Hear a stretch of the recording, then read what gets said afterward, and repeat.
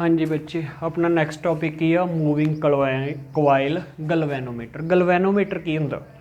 गलवैनोमीटर हुंदा की आ पुत्त, ਉਹ डिवाइस ਹੁੰਦੀ ਆ ਜਿਹੜੀ ਸਾਨੂੰ ਦੱਸਦੀ ਆ ਵੀ ਕਿਸੇ ਸਰਕਟ ਦੇ ਵਿੱਚ ਕਰੰਟ ਆ ਰਿਹਾ ਜਾਂ ਨਹੀਂ ਆ ਰਿਹਾ, ਮਤਲਬ ਕਰੰਟ ਸੈਂਸਿਟਿਵ, ਵੋਲਟੇਜ ਸੈਂਸਿਟਿਵ। ठीक है, ਆਪਾਂ ਇੱਥੋਂ ਤੱਕ ਦਾ ਪੜ੍ਹਿਆ ਵੀ ਆਪਾਂ ਕੀ ਆ ਉਹ ਪਹਿਲਾਂ ਵਾਲੇ ਜਿਹੜੇ ਟੌਪਿਕ ਕੀਤੇ ਸੀਗੇ ਪੋਟੈਂਸ਼ੀਓਮੀਟਰ ਵਗੈਰਾ, ਉਹ 'ਚ ਵੀ ਗਲਵੈਨੋਮੀਟਰ ਲਾਉਂਦੇ ਹੁੰਦੇ ਸੀ ਵੀ ਉਹਦੇ ਵਿੱਚ ਵੇਖਦੇ ਸੀ ਕਰੰਟ ਆ ਰਿਹਾ ਕਿ ਨਹੀਂ। ਹੁਣ ਆਪਾਂ ਇਹ ਦੇਖਦੇ ਹਾਂ ਉਹਦੇ ਵਿੱਚ ਐਕਚੁਅਲ 'ਚ ਹੁੰਦਾ ਕੀ ਆ ਵੀ ਬਣਦਾ ਕਿਵੇਂ ਆ, ਉਹ ਕੀ ਹਿਸਾਬ ਕਿਤਾਬ ਕੀ ਹੁੰਦਾ। ਉਹ ਬਣਦਾ ਕੁਛ ਨਹੀਂ ਬਹੁਤ, ਆਪਾਂ ਜਿਹੜਾ ਹੁਣੇ ਕਰਕੇ ਹਟੇ ਹਾਂ ਵੀ ਜਦੋਂ ਕੋਈ ਆਪਾਂ ਮੂਵਿੰਗ ਕੋਆਇਲ ਕਰੰਟ ਕੈਰਿੰਗ ਕੋਆਇਲ ਆ, ਠੀਕ ਆ, ਆਹ ਮੇਰੀ ਸੌਫਟ ਆਇਰਨ ਕੋਰ ਆ, ਉਹਦੇ ਉੱਤੇ ਕੀ ਆ ਮੈਂ एक कोआइल बनाई आ तार लपेट के, ठीक है। तो जदों ये मूविंग करंट वाली जिहड़ी कोआइल आ उहनूं एक्सटर्नल मैगनैटिक फील्ड दे विच रखदा कि ये किहड़ा मैगनैटिक फील्ड आ मेरा, यूनीफॉर्म मैगनैटिक फील्ड। तो ये उत्ते फोर्स एक्सपीरियंस हुंदी आ, ठीक आ। तो बस फिर ये इसे ते बेस्ड, ठीक आ, समझ लग गई। जे आपां प्रिंसीपल लिखना होवे तो प्रिंसीपल इहदा यही बनूगा, की बनूगा, when current carrying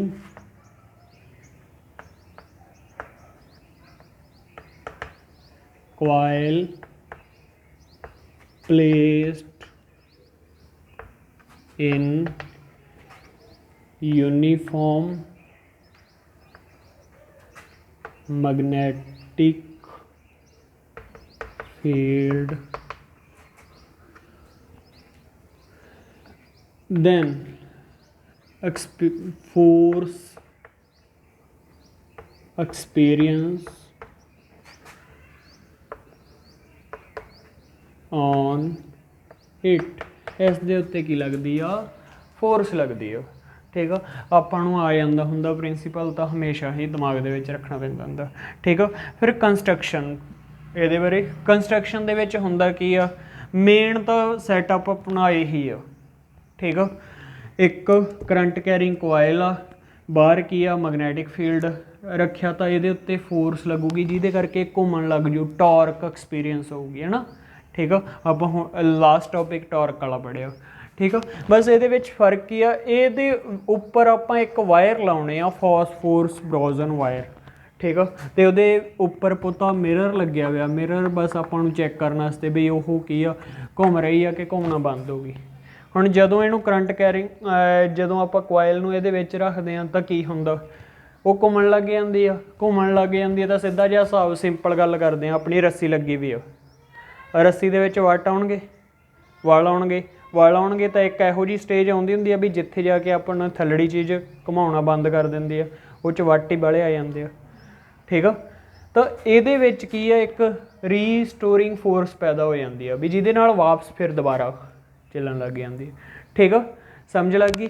तो यही कंडीशन आउंदी कदों आ, जदों साडी टॉर्क ते जिहड़ी वायर की रीस्टोरिंग टॉर्क फोर्स जदों इक्वल हो जाते हैं, ठीक है, समझ लग गई।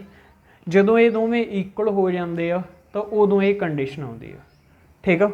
तो असी आपां कीता सी इहदे विच फोर्स इहदे ते बाहर नूं लगूगी, इहदे ते अंदर नूं लगूगी, इहनूं ए बी सी डी मान लो पहलां वांगू, इन्हां ते तां जीरो ही हो जूगी, ठीक है, समझ लग गई। तो इहदे ते फोर्स किहड़ी लगूगी, at on A D, F is equals to ILB, है ना, आही है ना। वैसे तो ये फॉर्मूला होंगे अपने को IL क्रॉस B। तो इत्थे की आ, मैगनैटिक फील्ड इधर नूं लग रहा, करंट नीचे नूं आ, तो की आ क्रॉस कट के असी काहदे च बदल दिंदे आ, साइन थीटा। तो साइन कितना आ जू 90, साइन 90 कितना हुंदा 1, तां करके आही वैल्यू आ जाएगी, ठीक है। तो हुण यह तो काहदे वास्ते सी पुत्त, जदों एक वायर विच हुण एक coil uh, coil they which number of turns हुंदियां ना, वावा सारे वल पाउणे हुंदे आ, तां इत्थे N आऊगी। ये फोर्स किधर नूं लगूगी, ਆਊਟਵਰਡ। ਠੀਕ ਆ। ਤੇ ਇਹ ਜੇ ਆਪਾਂ ਗੱਲ ਕਰੀਏ ਇਹਦੀ, ਇਹਨੂੰ ਫੋਰਸ 1 ਮੰਨ ਲਓ, ਇਹਨੂੰ ਫੋਰਸ 2 ਮੰਨ ਲਓ, ਇਹਦੇ ਤੇ ਫੋਰਸ ਲੱਗਣੀ ਇੰਨੀ ਆ ਪਰ ਲੱਗਣੀ ਕਿੰਨੀ ਆ, ਇਨਵਰਡ। ਠੀਕ ਆ, ਸਮਝ ਲੱਗ ਗਈ, ਕਲੀਅਰ। ਹੁਣ ਸਪੋਜ਼ ਕਰ ਲਓ ਘੁੰਮੀ ਗਈ ਸਾਡੀ ਜਿਹੜੀ ਕੋਇਲ ਆ, ਹੁਣ ਜਦੋਂ ਕੋਇਲ ਸਾਡੀ ਘੁੰਮੀ ਗਈ ਤਾਂ ਇੱਕ ਸਟੇਜ ਆਊਗੀ, ਜਿਵੇਂ ਮੰਨ ਲਓ ਆਹ ਮੈਗਨੈਟਿਕ ਫੀਲਡ, ਠੀਕ ਆ, ਮੰਨ ਲਓ ਇੱਥੇ ਆ ਕੇ ਖੜ ਗਈ, ਕਿਉਂਕਿ ਇੱਥੇ ਆ ਕੇ ਮਤਲਬ ਪੂਰਾ ਜਿਹੜਾ ਉੱਪਰ ਵਾਇਰ ਸੀਗੀ ਉਹਦੇ ਵਿੱਚ ਪੂਰੀ ਰੀਸਟੋਰਿੰਗ ਫੋਰਸ ਪੈਦਾ ਹੋ ਗਈ, ਉਹਨੇ ਇਦੋਂ ਗਾਂਹ ਘੁੰਮਣ ਨਹੀਂ ਦਿੱਤੀ। ਠੀਕ ਆ, ਮੈਗਨੈਟਿਕ ਫੀਲਡ ਤਾਂ ਇੱਧਰ ਨੂੰ ਹੀ ਲੱਗ ਰਿਹਾ ਵੀ ਆਹ ਯੂਨੀਫਾਰਮ ਮੈਗਨੈਟਿਕ ਫੀਲਡ। ਠੀਕ ਆ, ਉੱਪਰੋਂ ਦੇਖਣਾ ਇਹਨੂੰ 3 ਡਾਇਮੈਂਸ਼ਨਲ ਪਿਕਚਰ ਆ ਕੀ ਹੋ ਗਿਆ, C ਤੇ D, ਇਹ ਆ ਹੁੰਦਾ ਆਪਣਾ B। ਇਹਨਾਂ ਦੇ ਵਿੱਚ ਜਿਹੜਾ ਐਂਗਲ ਆ ਇਹ ਬਣ ਰਿਹਾ ਤੁਹਾਡਾ ਥੀਟਾ। ਠੀਕ ਆ, ਆ ਵੀ ਕੀ ਹੋ ਜਾਊਗਾ ਫਿਰ ਥੀਟਾ, ਜੇ ਆ ਐਂਗਲ ਥੀਟਾ ਬੁੱਤ। ਠੀਕ ਆ, ਜਿਵੇਂ ਹੁਣ ਉਹ ਘੁੰਮੀ ਆ ਤਾਂ ਮੈਗਨੈਟਿਕ ਫੀਲਡ ਦੇ ਨਾਲ ਜਿਹੜਾ ਐਂਗਲ ਬਣ ਰਿਹਾ ਆ ਥੀਟਾ, ਤਾਂ ਆ ਵੀ ਥੀਟਾ। ਠੀਕ ਆ, ਤਾਂ ਟਾਰਕ ਕੀ ਹੁੰਦੀ ਆ ਮੇਰੀ, ਪਰਪੈਂਡੀਕੂਲਰ ਡਿਸਟੈਂਸ। ਠੀਕ ਆ, ਟਾਰਕ ਕੀ ਹੁੰਦੀ ਆ, ਫੋਰਸ, ਕੋਈ ਵੀ ਫੋਰਸ ਇਨਟੂ ਪਰਪੈਂਡੀਕੂਲਰ ਡਿਸਟੈਂਸ। ਠੀਕ ਆ, ਪਰਪੈਂਡੀਕੂਲਰ ਡਿਸਟੈਂਸ ਕੀ ਬਣੂਗਾ ਮੇਰਾ, ਆਹ ਵਾਲਾ। ਠੀਕ ਆ, ਇਹਨੂੰ ਐਂਗਲ ਨੂੰ ਮੰਨ ਲਓ ਥੀਟਾ, ਥੀਟਾ ਕਹਿ ਲਓ, ਅਲਫਾ ਕਹਿ ਲਓ, ਤੁਹਾਡੇ ਕਈ ਬੁੱਕਸ 'ਤੇ ਅਲਫਾ ਲਿਖਿਆ ਹੋਇਆ। ਠੀਕ ਆ, ਤਾਂ ਆਹ ਸਾਹਮਣੇ ਵਾਲਾ ਆਹ ਕੀ ਹੋ ਗਿਆ, ਪਰਪੈਂਡੀਕੂਲਰ ਡਿਸਟੈਂਸ। ਠੀਕ ਆ, ਸਮਝ ਲੱਗ ਗਈ।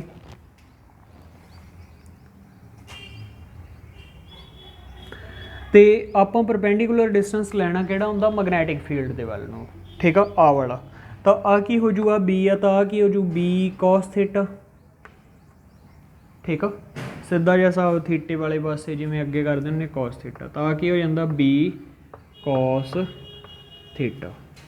ਠੀਕ ਆ, A ਇੰਟੂ B ਏਰੀਆ ਹੋ ਗਿਆ, ਏਰੀਆ ਆਫ ਕੋਇਲ। ਇਹ ਮੇਰੇ ਕੋਲੇ ਕੀ ਆ ਗਿਆ, B ਕੀ ਆ ਮੇਰਾ ਮੈਗਨੈਟਿਕ ਫੀਲਡ, A ਕੀ ਆ ਏਰੀਆ ਆਫ ਕੋਇਲ। ਠੀਕ ਆ, ਇਹ ਮੇਰੇ ਕੋਲੇ ਕੀ ਆ ਗਿਆ, ਟਾਰਕ ਜਿਹੜੀ ਇਹ 'ਤੇ ਲੱਗ ਰਹੀ ਆ। ਤੇ ਇੱਕ ਕੰਡੀਸ਼ਨ ਆਊਗੀ ਜਦੋਂ ਉਹਦੇ ਵਿੱਚ ਰੀਸਟੋਰਿੰਗ ਫੋਰਸ ਪੈਦਾ ਹੋ ਜਾਊਗੀ। ਠੀਕ ਆ, ਇੱਥੋਂ ਤੱਕ ਸਮਝ ਆ ਗਈ, ਇਹਨੂੰ ਨੋਟ ਡਾਊਨ ਕਰ ਲਓ ਇੱਕ ਵਾਰੀ ਮਾੜਾ ਜਿਹਾ।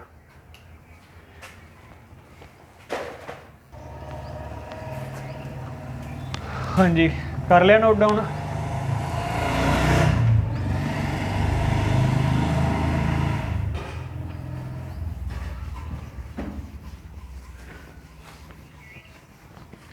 ਹਾਂਜੀ, ਟਾਰਕ ਮੇਰੀ ਕਿੰਨੀ ਆ ਗਈ, NIAB cos ਥੀਟਾ। ਠੀਕ ਆ, ਸਮਝ ਲੱਗ ਗਈ। ਮੈਂ ਤੁਹਾਨੂੰ ਕਿਹਾ ਸੀ ਵੀ ਕੀ ਆ, ਜਦੋਂ ਟਾਰਕ ਲੱਗਣੀ ਸ਼ੁਰੂ ਹੋ ਗਈ, ਉਹ ਘੁੰਮਣਾ ਸ਼ੁਰੂ ਹੋ ਜਾਊਗੀ, ਤਾਂ ਉੱਪਰ ਰੱਸੀ ਦੇ ਉੱਤੇ ਵੱਟ ਚੜ੍ਹ ਜਾਂਦੇ ਆ। ਠੀਕ ਆ, ਉਹਦੇ ਵਿੱਚ ਵੀ ਇੱਕ ਕੀ ਆ, ਉਹਨੂੰ ਕਹਿੰਦੇ ਹੁੰਦੇ ਆ ਟਵਿਸਟਿੰਗ ਫੋਰਸ, ਟਵਿਸਟ ਹੋਣਾ ਸ਼ੁਰੂ ਹੋ ਜਾਂਦੀ ਆ। ਤਾਂ ਇੱਕ ਸਫੀਸ਼ੈਂਟ ਬੈਲੈਂਸ ਤੇ ਇੱਕ ਟਵਿਸਟ ਹੋਊਗੀ ਨਾ, ਬਾਅਦ ਦੇ ਵਿੱਚ ਤਾਂ ਇੱਕ ਦੂਜੇ ਨੂੰ ਬੈਲੈਂਸ ਕਰ ਜਾਣਗੇ। ਟਾਰਕ ਤੇ ਟਵਿਸਟਿੰਗ ਫੋਰਸ ਦੋਵਾਂ ਦੀ ਕੀ ਹੋ ਜਾਊਗੀ, ਬਰਾਬਰ ਹੋ ਜਾਊਗੀ। ਠੀਕ ਆ, ਤਾਂ ਰੱਸੀ ਦੀ ਮੇਰੇ ਕੋਲੇ ਟਵਿਸਟਿੰਗ ਫੋਰਸ ਕਿੰਨੀ ਹੁੰਦੀ ਆ ਜੀ, ਰੱਸੀ ਦੀ ਟਵਿਸਟਿੰਗ ਫੋਰਸ ਹੁੰਦੀ ਆ K ਇੰਟੂ ਥੀਟਾ, ਜਿੰਨਾ ਇਹ ਐਂਗਲ ਘੁੰਮੀ। K ਕੀ ਹੁੰਦਾ, ਉਹਦਾ ਕੌਂਸਟੈਂਟ। ਠੀਕ ਆ, ਸਮਝ ਲੱਗ ਗਈ, ਟਵਿਸਟਿੰਗ ਕੌਂਸਟੈਂਟ। ਤਾਂ ਕਰੰਟ ਕੱਢਣਾ ਜੀ, ਕਰੰਟ ਕਿਹਦੇ ਇਜ਼ ਇਕੁਅਲ ਟੂ ਆ ਗਿਆ, ਕਿਉਂਕਿ ਆਪਾਂ ਗਲਵੈਨੋਮੀਟਰ ਨਾਲ ਕਰੰਟ ਹੀ ਚੈੱਕ ਕਰਨਾ ਨਾ। ਠੀਕ ਆ, ਤਾਂ K theta by NAB cos theta. ਆ ਕੀ ਆ, K ਕੌਂਸਟੈਂਟ, ਏਰੀਆ ਵੀ ਬਾਡੀ ਦਾ ਕੌਂਸਟੈਂਟ ਰਹਿਣਾ, ਨੰਬਰ ਆਫ ਕੋਇਲ ਵੀ ਕੌਂਸਟੈਂਟ ਰਹਿਣੀਆਂ, ਮੈਗਨੈਟਿਕ ਫੀਲਡ ਵੀ ਕੌਂਸਟੈਂਟ। ਆ ਸਾਰਾ ਫੈਕਟਰ ਕੀ ਹੋ ਗਿਆ, ਕੌਂਸਟੈਂਟ। ਇਟ ਮੀਨਸ ਮੇਰਾ ਕਰੰਟ ਕਿਹੜੇ ਕਿਹੜੇ ਫੈਕਟਰ 'ਤੇ, ਇੱਕ ਤਾਂ ਥੀਟੇ 'ਤੇ, ਥੀਟਾ ਬਾਏ ਕੋਸ ਥੀਟਾ, ਇਹ 'ਤੇ ਡਿਪੈਂਡ ਕਰ ਰਿਹਾ। ਉਹ ਆਂਦੇ ਹੁਣ ਕਰੰਟ ਜਿਹੜਾ ਉਹ ਡਾਇਰੈਕਟਲੀ ਪ੍ਰੋਪੋਰਸ਼ਨਲ ਸਿਰਫ ਐਂਗਲ ਦੇ ਹੋਣਾ ਚਾਹੀਦਾ ਸੀ, ਠੀਕ ਆ ਕਾਸ ਥੀਟੇ ਵਾਲੀ ਟਰਮ ਪੰਗਾ ਪਾ ਰਹੀ ਆ। ਉਹ ਫਿਰ ਉਹ ਆਂਦੇ ਕੀ ਕਰੀਏ, ਆਂਦੇ ਆਪਾਂ ਐਂ ਕਰਦੇ ਹਾਂ ਹਰੇਕ ਪੁਆਇੰਟ ਦੇ ਉੱਤੇ ਮੈਗਨੈਟਿਕ ਫੀਲਡ ਨੂੰ ਕੀ ਕਰ ਦਿੰਦੇ ਆ, ਰੇਡੀਅਲ ਕਰ ਦਿੰਦੇ ਆ। ਰੇਡੀਅਲ ਦਾ ਮਤਲਬ ਕੀ ਹੁੰਦਾ ਬੱਚੇ, ਵੀ ਜਿਹੜਾ ਮੈਗਨੇਟ ਆਪਾਂ ਇਸ ਤਰ੍ਹਾਂ ਲਾ ਰਹੇ ਸੀਗੇ ਨਾ, ਠੀਕ ਆ, ਉਹਦੀ ਸ਼ੇਪ ਥੋੜ੍ਹੀ ਜਿਹੀ ਇਸ ਤਰ੍ਹਾਂ ਸਰਕੂਲਰ ਜੀ ਬਣਾ ਦਿੰਦੇ ਆ, ਠੀਕ ਆ। ਉਹ ਸਰਕੂਲਰ ਬਣਾਉਣ ਨਾਲ ਕੀ ਆਊਗਾ, ਫਰਕ ਕੀ ਪਊਗਾ ਇਹਦੇ ਨਾਲ, ਦੇਖੋ ਇੱਥੋਂ ਜਿਹੜੀਆਂ ਲਾਈਨਾਂ ਲੰਘਣਗੀਆਂ ਇੱਧਰ ਨੂੰ, ਇੱਥੋਂ ਆਊਗੀ ਇੱਧਰ ਨੂੰ, ਠੀਕ ਆ, ਇੱਥੋਂ ਆਊਗੀ ਤਾਂ ਇੱਧਰ ਨੂੰ ਇਸ ਤਰ੍ਹਾਂ। ਹੁਣ ਜਦੋਂ ਵੀ ਕੋਇਲ ਘੁੰਮੂਗੀ, ਮੰਨ ਲਓ ਹੁਣ ਕੋਇਲ ਇੱਧਰ ਆ ਗਈ, ਹਰੇਕ ਪੁਆਇੰਟ 'ਤੇ ਕੀ ਆ, ਕੋਸ ਥੀਟਾ ਕੀ ਰਿਹਾ ਕਰੂਗਾ, 1 ਰਿਹਾ ਕਰੂਗਾ। ਹਰੇਕ ਟਾਈਮ 'ਤੇ ਐਂਗਲ ਕੀ ਰਿਹਾ ਕਰੂਗਾ, 1, ਠੀਕ ਆ। ਇਹ ਉੱਪਰੋਂ ਦੇਖਿਓ, ਜੋ ਉੱਪਰੋਂ ਇਸ ਤਰ੍ਹਾਂ ਬਣੂਗੀ ਐਂ, ਜੇ ਆਪਾਂ 2 ਡਾਇਮੈਂਸ਼ਨਲ ਪਿਕਚਰ ਬਣੇ, 3 ਡਾਇਮੈਂਸ਼ਨਲ ਇਸ ਤਰ੍ਹਾਂ, ਠੀਕ ਆ, ਐਂ ਦੀ ਸ਼ੇਪ ਬਣੂਗੀ। ਇਹਨੂੰ ਕਹਿੰਦੇ ਹੁੰਦੇ ਆ ਰੇਡੀਅਲ ਮੈਗਨੈਟਿਕ ਫੀਲਡ। ਰੇਡੀਅਲ ਦੇ ਵਿੱਚ ਚੇਂਜ, ਜਦੋਂ ਮੈਗਨੈਟਿਕ ਫੀਲਡ ਰੇਡੀਅਲ ਕਰ ਦਿੱਤਾ ਜਾਂਦਾ ਉਦੋਂ ਬੱਚੇ ਕਾਸ ਥੀਟੇ ਦੀ ਵੈਲਿਊ ਕੀ ਹੋ ਜਾਂਦੀ ਆ, 1, ਠੀਕ ਆ। ਤਾਂ ਮੇਰੇ ਕੋਲੇ ਕਰੰਟ ਕਾਹਦੇ 'ਤੇ ਡਿਪੈਂਡ ਕਰੂਗਾ, ਸਿਰਫ ਤੇ ਸਿਰਫ ਥੀਟਾ 'ਤੇ। ਥੀਟੇ ਦੇ ਕੀ ਹੋ ਜਾਊਗਾ, ਡਾਇਰੈਕਟਲੀ ਪ੍ਰੋਪੋਰਸ਼ਨਲ, ਠੀਕ ਆ। ਜਿੰਨੀ ਕੁ ਉਹ ਜ਼ਿਆਦਾ, ਜਿੰਨਾ ਕੁ ਘੁੰਮਾਊਗਾ, ਠੀਕ ਆ, ਕਰੰਟ ਸਿਰਫ ਉਹਦੇ 'ਤੇ ਡਿਪੈਂਡ ਕਰੂਗਾ। ਤਾਂ ਹੀ ਉਹ ਆਪਾਂ ਕਹਿੰਦੇ ਹੁੰਦੇ ਆ ਇਹ ਕਰੰਟ ਸੈਂਸਿਟਿਵ ਹੁੰਦਾ, ਠੀਕ ਆ। ਕਰੰਟ ਦਾ ਪਤਾ ਲੱਗਦਾ ਇਹ ਤੋਂ।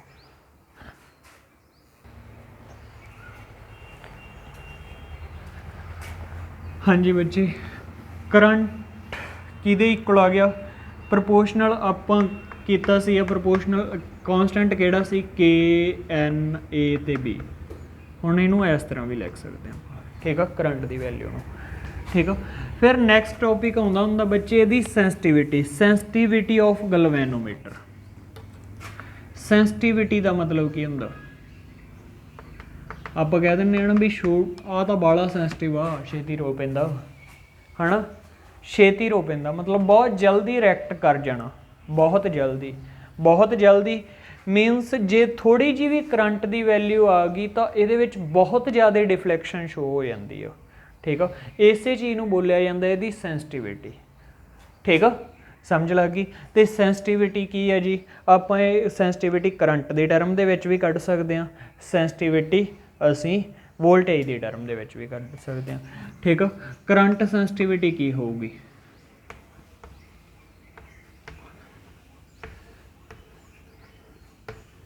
ਕਰੰਟ ਸੈਂਸਿਟੀਵਿਟੀ ਰੇਸ਼ੋ ਹੁੰਦੀ ਆ ਡਿਫਲੈਕਸ਼ਨ ਐਂਗਲ, ਇਹਨੂੰ ਡਿਫਲੈਕਸ਼ਨ ਐਂਗਲ ਬੋਲਿਆ ਜਾਂਦਾ, ਐਂਗਲ ਥੀਟਾ ਨੂੰ, ਡਿਫਲੈਕਸ਼ਨ ਐਂਗਲ ਬਾਏ ਕਰੰਟ, ਠੀਕ ਆ। ਆ ਇੱਧਰ ਜਾਊਗਾ, ਉੱਧਰ ਲੈ ਜਾਓ, ਠੀਕ ਆ।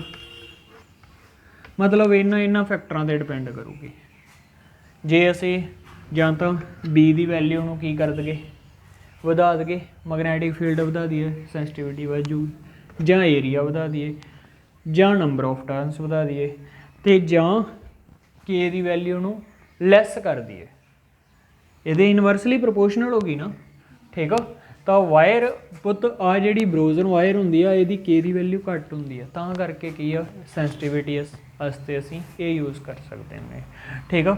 ਤਾਂ ਹੁਣ ਇਹਨਾਂ ਇਕੱਲੇ ਇਹ ਫੈਕਟਰ ਮੇਨ 'ਤੇ ਡਿਪੈਂਡ ਕਰਦੀ ਆ।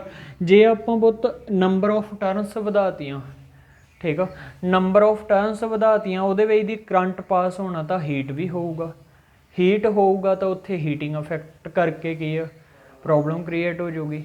ਫਿਰ ਵੀ ਸੈਂਸਿਟੀਵਿਟੀ ਦੇ ਉੱਤੇ ਕੋਈ ਆਹ ਮੈਗਨੈਟਿਕ ਫੀਲਡ ਵੀ ਸਫੀਸ਼ੈਂਟ। ਹੁਣ ਏਰੀਆ ਕੋਇਲ ਐਂ ਤਾਂ ਨਹੀਂ ਵੀ ਕੋਇਲ ਹੀ ਕੋਠੇ ਜਿੱਡੀ ਬਣਾ ਲਾਂਗੇ, ਠੀਕ ਆ, ਕਿੱਡਾ ਕੁ ਬਣਾਵਾਂਗੇ।